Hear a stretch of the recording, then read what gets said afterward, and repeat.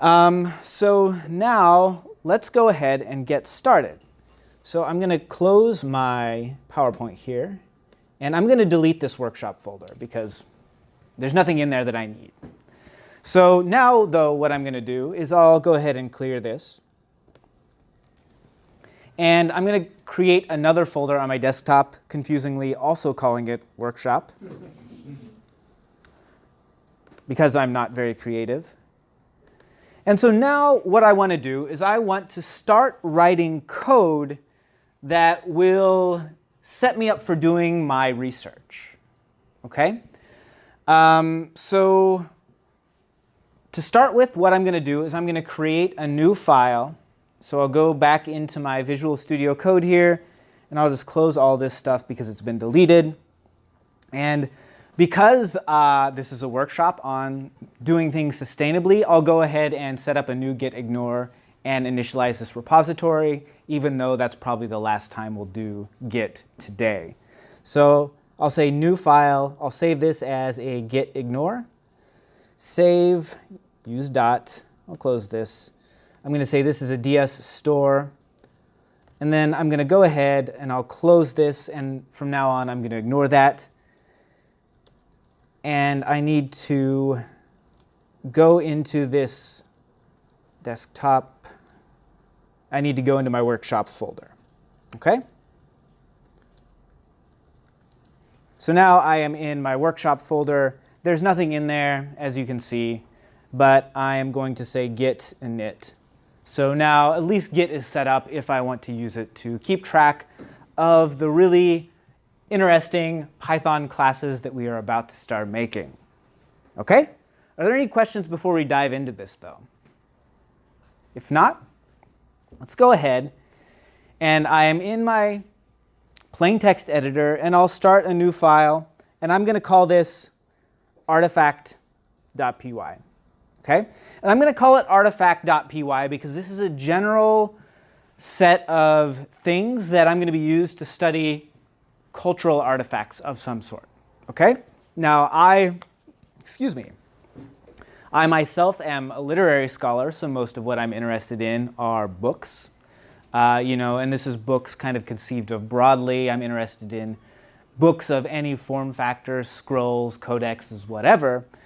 But if I'm going to write a set of code that can generally study cultural things, I don't necessarily want to dive straight into books immediately. So with my new shiny new Python file, where I'm going to start creating some objects, I want to tell people what exactly I'm doing in this file. So it's generally good practice when you create a library, or when you create Python code in general that's going to be imported and used elsewhere, is to provide what's known as a docstring. So if you use a multi-line comment, which is just 3 quotation marks, and then inside that, describe what this code is going to be doing. So here I'm just going to say, this module contains custom-made classes for my research.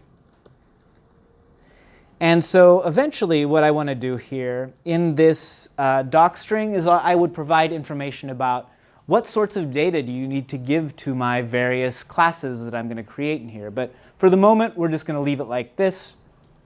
It's good to use proper English or proper whatever language you're coding in. It doesn't need to be English. It could be Dutch. It could be Chinese. But capital letters, periods, generally used in this particular context. So when somebody imports this, this docstring will be available to them. They'll get to see it. So it's a valuable thing to know how to do. So to create a class in Python, which is our generalizable structure for objects, all we need to do is we need to say class. And I'm going to call this artifact with a colon. Now, by convention, when you create a class in Python, it should start with a capital letter. Doesn't have to. There's nothing in the syntax that will force you to do that. But that is the standard. That's the Pythonic way of doing it. And I'm going to go ahead and I'm going to give it a docstring. And I'll say, this is a base class for cultural objects. OK? I save it. I'm done. I have a Python object now that is perfectly usable. It's not going to do much, but it exists. So that brings us to the end of the workshop today. No, I'm just kidding. OK, so this is a base class. We're going to use this to structure out all of the objects that we're going to be creating today. What I want to do here is I want to take this object, which is, if you remember what I said earlier, is simply a container for data and methods to work with that data. So I want to start giving it some properties. And I'm going to give it a class variable. And I'm going to call this class variable something like artifact. And I'm going to set this equal to, cultural object. OK? So I have now a variable that's associated with a class. Now, there are some important things to know about this that might be slightly counterintuitive. Anytime I create a class, anytime I create an object using this class, which is called instantiation, this variable artifact will be available to me, but it is shared with every other object of that class. And I'll show you why this is an important thing to realize. Let's imagine that I have another variable associated with this class called artifact. And I'm going to say that this is, I'll just call it a list. And I'm going to make it an empty list. OK? Now, what I'm going to do now is I'm going to create two objects using this class. OK? To use a class in Python, all I need to do is I need to simply say a equals artifact, open and close parentheses. OK? So what this is doing is this is instantiating an instance of the artifact object. And then I can do things with it. Are there any questions about that? Yeah? What's the difference between a class and a definition? So a class is an object. A definition defines a function or a method. Yeah. Are there any other questions? So what we have here is a creation. I've created this artifact A. So I can actually see this cultural object if I say a.artifact. So one of the really cool things about using objects in Python is you can access the data inside those objects using this notation. So I have this variable a. If I say a.artifact, it's going to return this cultural object thing. And I could also say a.alist.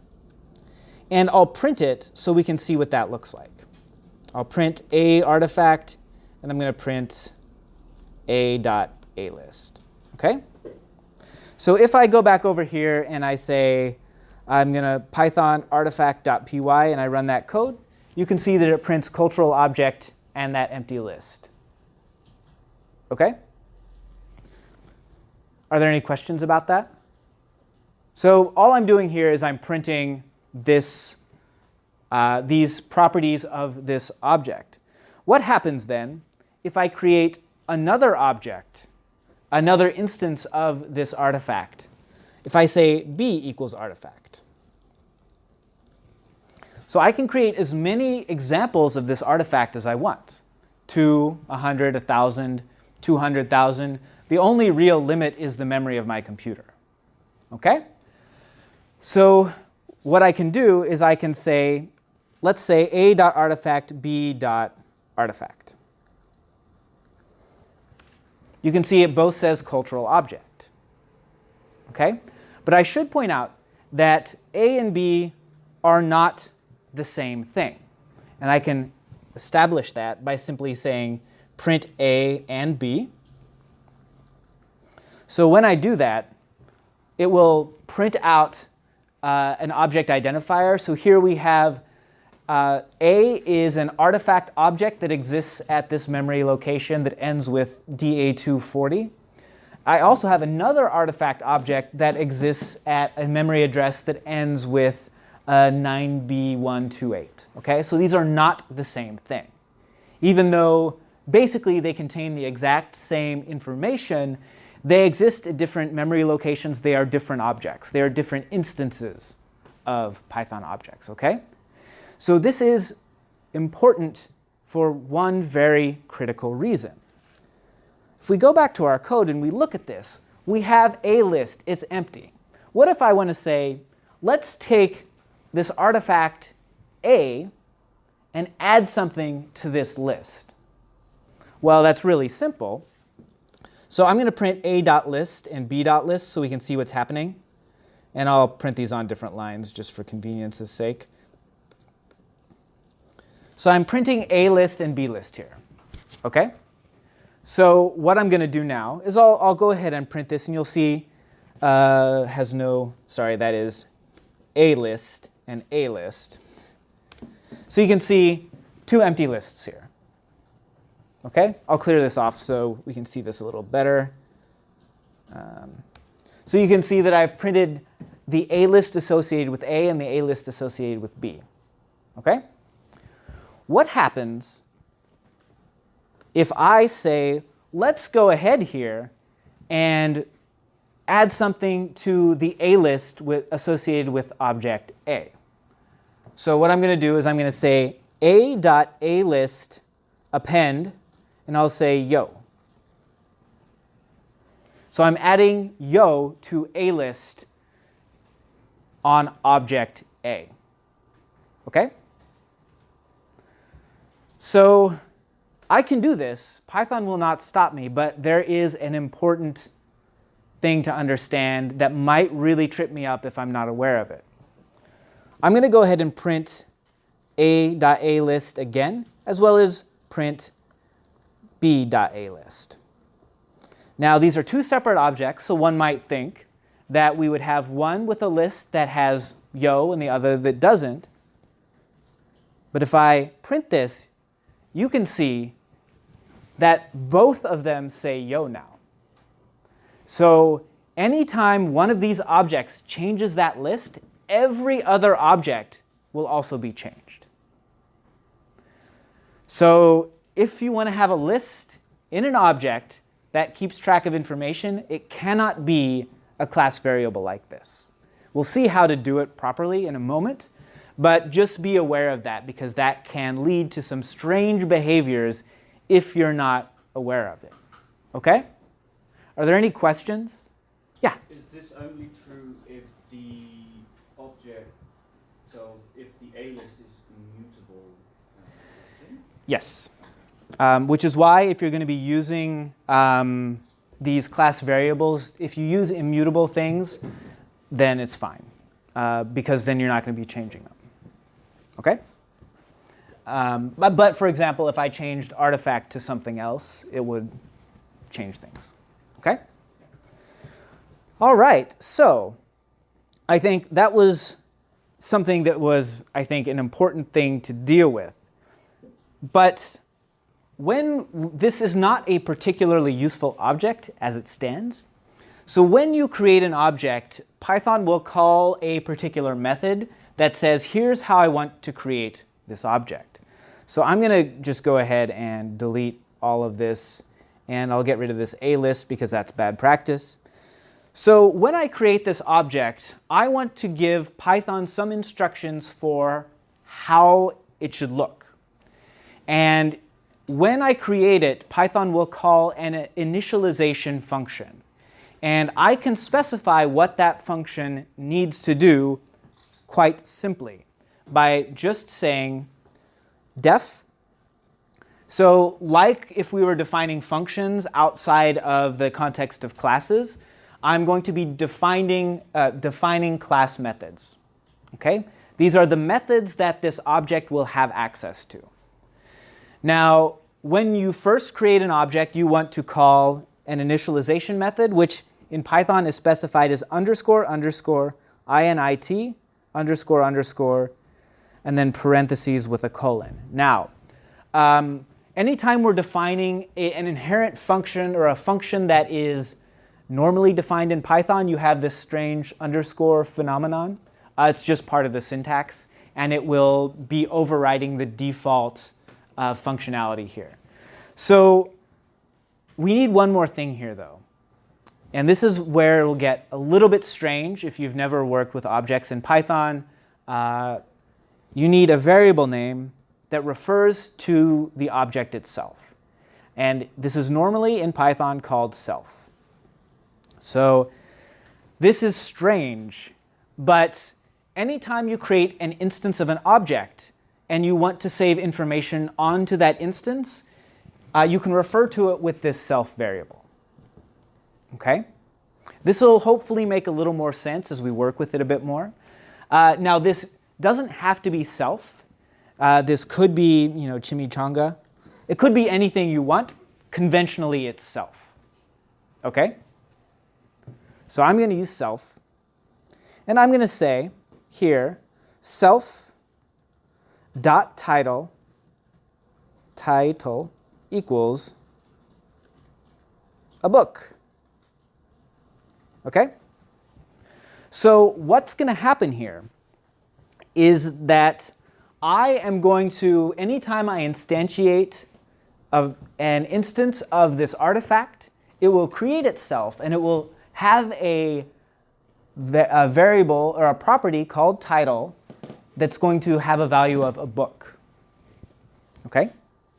So now, if I go down here and I say A equals artifact, and I print a.title,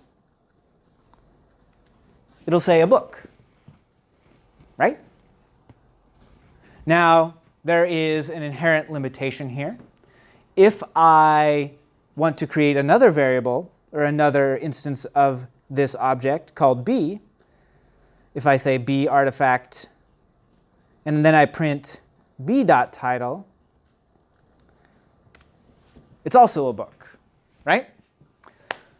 So what I'll generally want to do is I'll want to have more flexible behavior.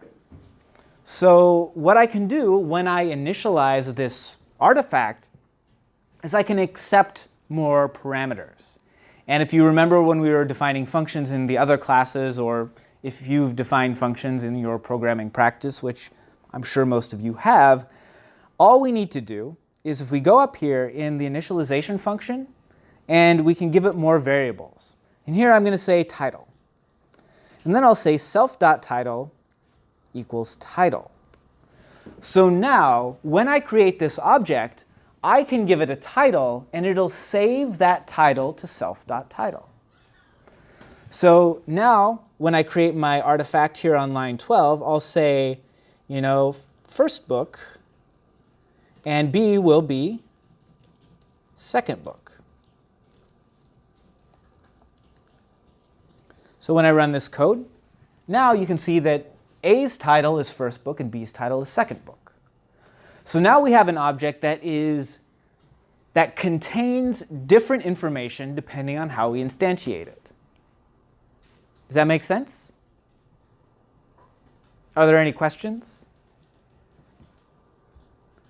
So this is the basic concept of creating an object.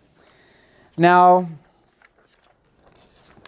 this is only the very, very basics of what's going on here. Now, we don't have to limit ourselves just to an initialization method, right? We can add other methods. So, for example, what I can do, I'm just going to stick around with just this single artifact here, is I can define as many methods as I want, and they can do whatever I please. So I'm going to say here, I'm going to define let's say, add year, and I'll say year. So I need to say self, comma, year. So here, I need to make sure that this method has access to the object's information. And here I'll just say self.year equals year. So let's say that I am, keeping track of information about a book. And so here what I'll do is I'm adding another method that lets me add a year to this book. So then to use this method, I can say a.addYear, and then I'll say 1983. So I'll run the code, it runs fine. Let's go ahead and print off. I'll print the a.title, and the a.year. And so you can see that it says first book 1983. Okay? So now there are other ways I could add the year property here. I could simply say, instead of addYear, like I do here, I could just, outside of here, say a.year equals 1983. This will do the same thing. Functionally there's no difference, but it's better practice to, if you want people to be able to add a property to your object, to have a method that does that. Because you can use any object in Python and do stuff like this, but you generally want other people to use your code, and you want them to be clear on what you're trying to have them do with it. Are there any questions up to this point? No questions? Okay, so let's go back to something that we saw a few minutes ago. When we have created an artifact, we'll say add year here, just go back to what we had. If you remember, when I printed just a by itself, it doesn't print anything that is necessarily meaningful to you or I in the context of what we're doing, right? It's just, hey, we have an artifact object and it exists at a particular memory location. We don't really need to know that memory location unless we're doing certain complicated things that we're not going to touch on here. But often when we want to print an object, we'd rather see some meaningful information about it. So if we want Python to know how to handle our object when you try to print it, we can tell it that. So we can tell it, how do you turn this object into a string? Because right now we have several properties here. We have a title and a year. Python doesn't necessarily know which of these should represent it as a string. Well, we can tell it that. We can get very specific, and we can say, let's define __str __ self. And so in this function, or in this method, all I need to do is I just need to return self dot whatever I want the string representation to be, title. So we could say self.year if we wanted to here. When we print it, we want to see the year. So, well, let's just do both really quickly. So right now it's title, and I print it, and you can see it says first book. That's pretty cool. If I instead return self.year, and I print it, it'll say returned. Oh, so I would have to say str self.year. So anyway. Regardless, it'll give us the year. But my point here in showing you this is that when you choose a string representation of your object, it should be something that will definitely be there, right? So what happens if I haven't called this addYear function? If I get rid of this and I try to call this, but my string method refers to the year, it's going to give me an attribute error. It's going to say attribute error, artifact object has no attribute year. And this is because you don't have to give it a year to create this object. So this would be a problem if you're trying to get other people to use it, because people will try to print your object when you do this. So I'll change this back to self.title here. And I don't need to call this string method. The reason I need to call this string method is it's not going to, inside this string definition, it's not going to automatically infer the string representation of an integer, which is why we got that error a second ago. Are there any questions about this? So now this works. It says first book.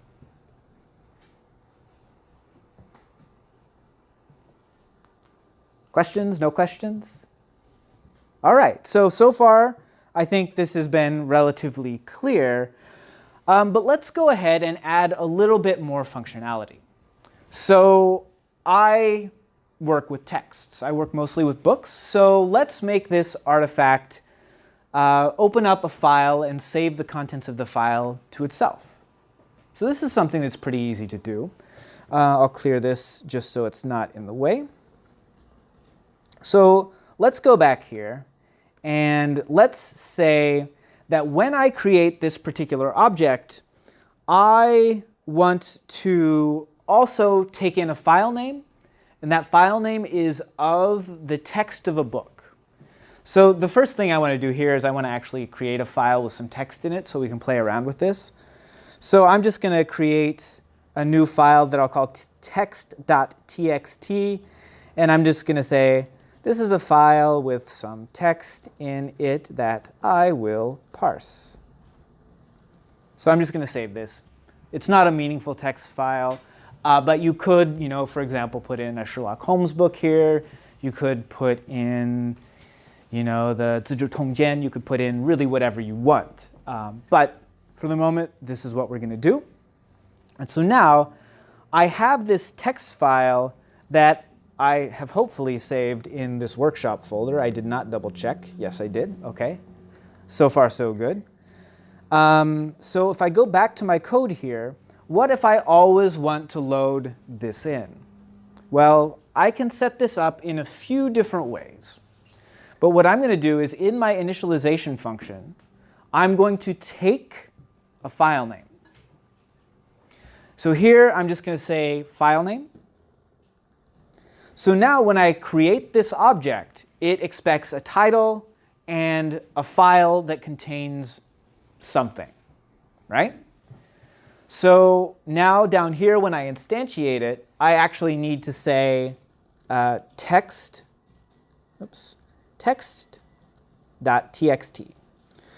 So now what it'll do is it will, when it's creating an artifact, it will create a new object with first book as the title, and it takes in this text.txt.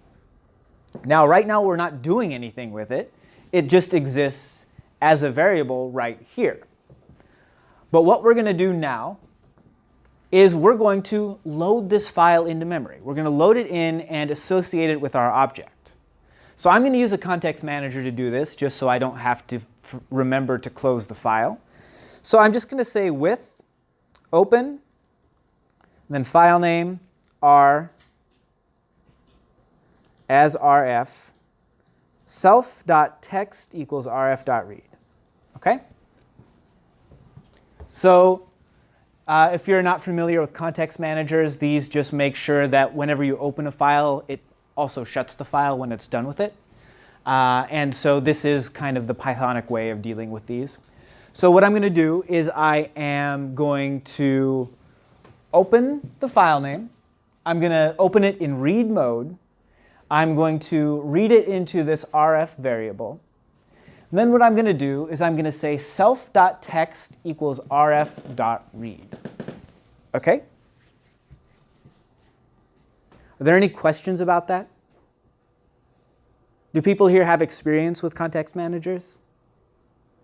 This is a useful thing when you're opening files, when you're making connections to the internet. If you ever do any sort of multi-threading, if you write a program that runs a bunch of different processes at once, you need to start threads and close threads. If you use this with blank as syntax, it will make sure it closes it when it's done with it. Okay? So this functionally is exactly the same as doing, if I said rf equals open file name read self.text equals rf.read, and then rf.close. So functionally, these 2 lines are identical to these 3 lines. And because if we don't close the file and we open, let's say, 80,000 files in a loop, you might run into a memory error because this is considered a memory leak. You're not closing the files when you're done with them, so they just stay open. This can cause some really strange bugs if you're not careful with it. So anyway, I prefer the context manager just because then I am sure that it will close it when we're done with it. So I'm just going to leave it like this. Okay? So now, when I create this object, what will happen is I will have this artifact with the title of first book, and it will load in whatever is in text.txt. And I can print text or a.text, so we can double check, did this in fact do what we wanted to do? And we can see that yes, this is a file with some text in it that I will parse. Okay? So far so good? All right. We're making actually really good progress, which I am happy with. Okay, so what next? So the next thing that we might want to do is we might want to set up some methods that will help us analyze the text file. Okay? So if I go back over here to my code, I'm going to go ahead and I'm going to add another method called process. And this is a method that I'm going to use to, let's say, make all of the characters in my file lowercase, and I'm going to break it apart into words. Okay, this is the first step in a lot of natural language processing things. So I'm going to say def process, and I'm going to give it self. And then what I'm going to do is I'm just going to do what I just said. Now, I'm going to break this apart into words along the white space. So I'll do this and then we'll talk about this. So I'm going to say self.tokens. So these are the words that exist in this file. And they're going to equal self.text.lower. Oops, lower. So this will make all of the characters lowercase. And then I'm going to split it on the space. Okay? Now, there are some issues with this. If we are trying to be very conscientious about how we tokenize our documents, because breaking things along the white space is not very sophisticated. Well, I'll show you what it does. We can, once we have created this, if I say a.process, and then I print a.tokens, we can see what it does. Has no attribute tokens. What have I done? Oh, sorry. So the error there was I didn't have my parentheses here. So a.process was looking for a property of this object that didn't exist.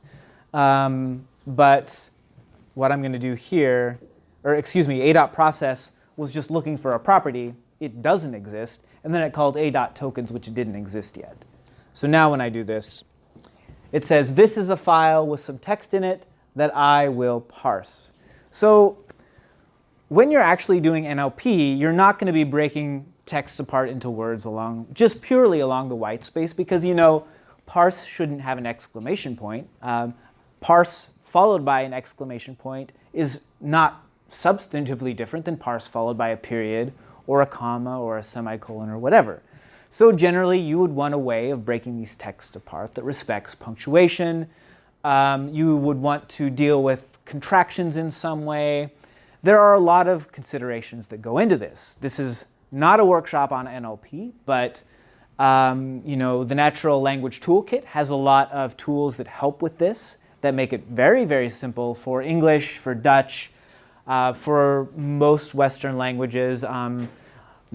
So there is some good stuff for modern Chinese. The Stanford word parser does a really good job or the word segmenter does a good job of segmenting texts, but nothing really exists for classical Chinese that's very good yet. But that being said, here we have a process method that breaks our text apart. Now, if I was doing this in the context of my research, and I'm building this out, what I would probably do here is I would actually do something at the top of this where I would import NLTK, and then I would call, here NLTK word tokenize on this. But I don't want to do that at the moment because I don't want our little file here to have any external dependencies. Are there any questions about this so far? So now we have an object that we can use to load in a text and break it apart into words and make everything lowercase. Okay? So we're kind of moving forward. We're expanding the capabilities of our little object here. Now, there are a few things about this. What if I know that every time I create an object, I'm going to want to process it like this? What if I always want to be sure that this self.tokens exists? Because, if I'm always calling process and I forgot to call it in one instance, when I try to look at my tokens, it's going to give me an error. It's going to say this doesn't exist. I can go ahead and I can call this process method in my initialization function. So anytime you create a method in a class like this, you can use that method everywhere in your class. Okay? So I have defined this process method down here. I could also go up here into my initialization function, and I can call process right here. So I can say process like that. Now, this won't work, just as a heads up. There's one thing missing here. Does anybody know what's missing here? Yes, OK. So I'll show you what happens when I try to run this without the self. It says that the name process is not defined. OK? But if I say self.process, then it'll work just fine. Let's clear this really quick. Clear. Now we can see it works just fine. OK? So if I want to use a method that I have defined as part of my class inside the class itself, I can say self dot and then the method name. That's pretty handy, right? So now when I initialize this object, it will always run this process method.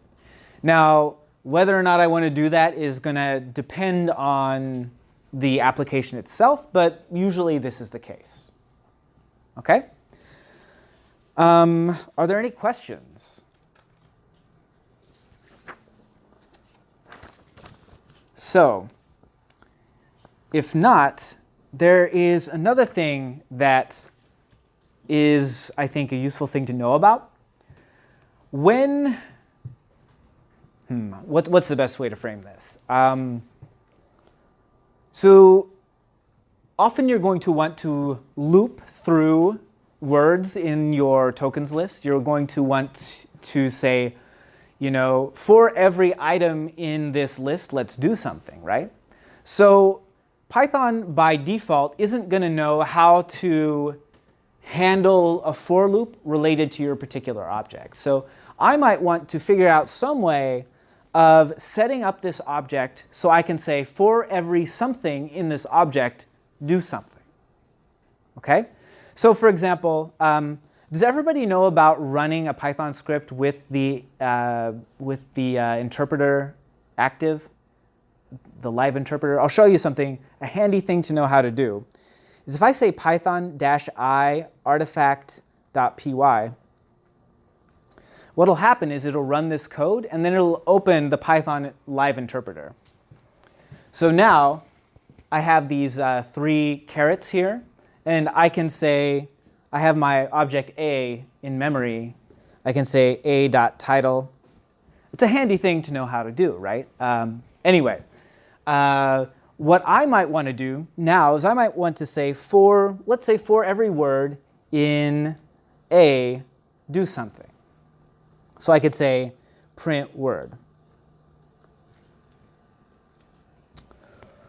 Well, I can't, because it's going to tell me that this artifact object is not iterable. It doesn't know what in the world I'm trying to do. And for an object like this, there are a few things I might want to do. I might want to go through every letter in the text itself and spit it out. Or maybe I want to go through every word. Or I might want to go through every property. There are a lot of different possibilities for what I might want to do in a context like this. But let's say I really want to make sure that people can iterate through my object. Well, I can do that. I can add iterator functionality, and we're going to do that right now.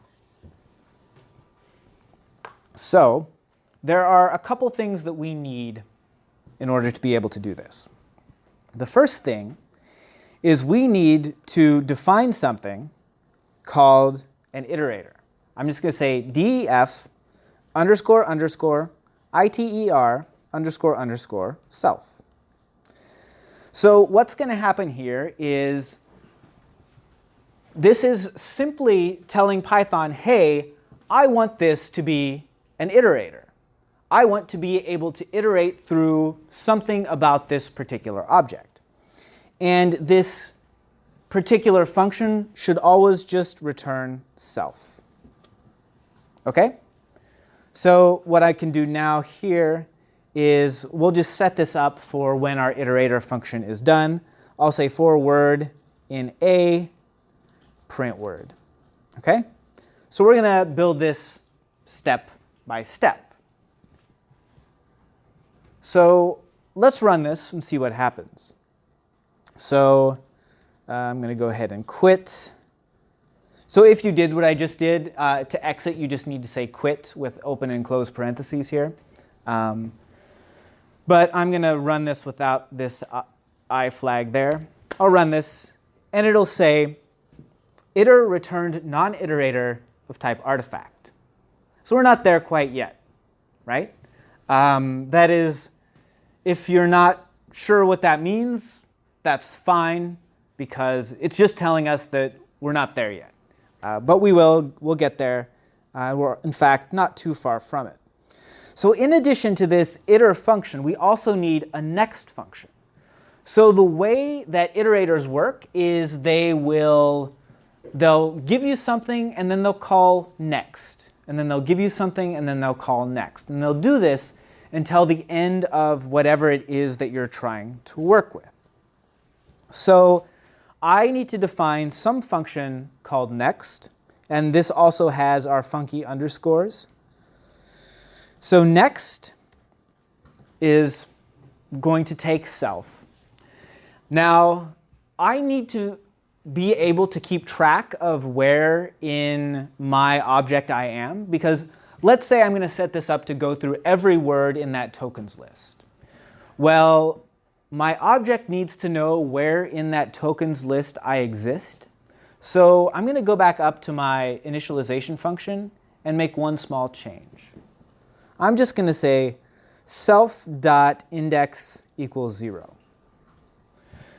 So this will keep track of where my iterator functionality is hanging out at. OK? So in my next function, it's relatively straightforward. What I want to do now is I want to simply say, if this self.index is less than the length of self.tokens, I want to do something. OK? I simply will go through every item in this tokens list and return it. So what I want to do now is I want to save a variable called index. And there's something that I'm doing here that's a little bit strange. So I'm saying index equals self.index.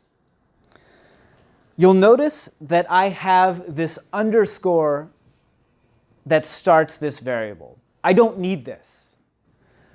This is a convention that says to anybody who will later use this code, please don't call this index property. Because unlike languages like Java, Python has no way of saying, hey, this is a private variable that exists only inside this object for the object's own use. Python will let you access everything. So for example, if we were doing this properly in Java, we could set it up so nobody could extract this variable from the object. But we can't do that. But if we say underscore index, that tells people, hey, I might change this at some point. Don't depend on the fact that this exists anywhere in your code. Okay? It's just a convention. You don't have to do it, but it's a useful thing to do. So then what I'm going to do is I'm going to say self.index plus or equal 1. So I'm going to go up 1 in my index, and then I'm going to return self.tokens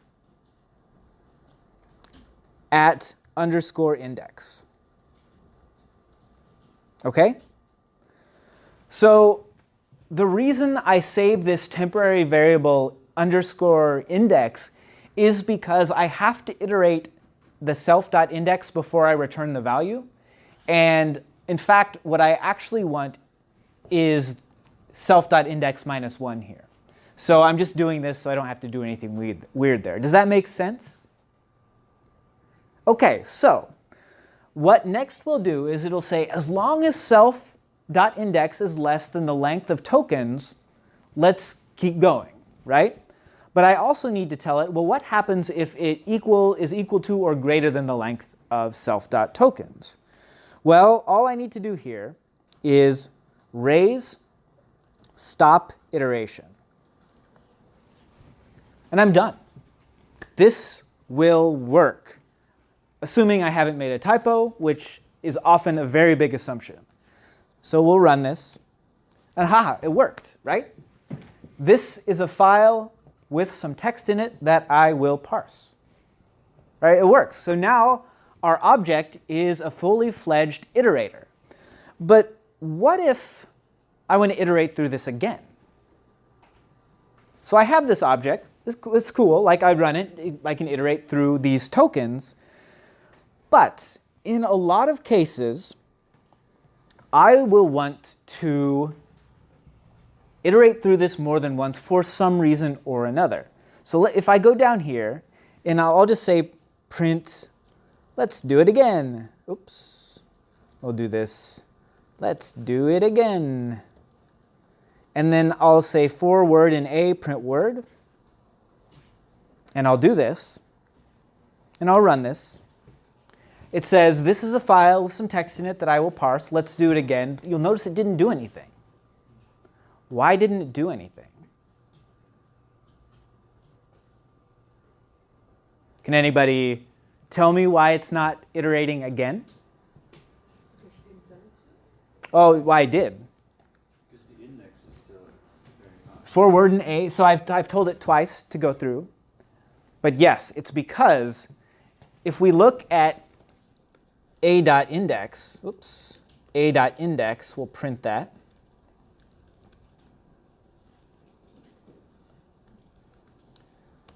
We'll find that a.index is 13, which is equal to the length of the tokens object.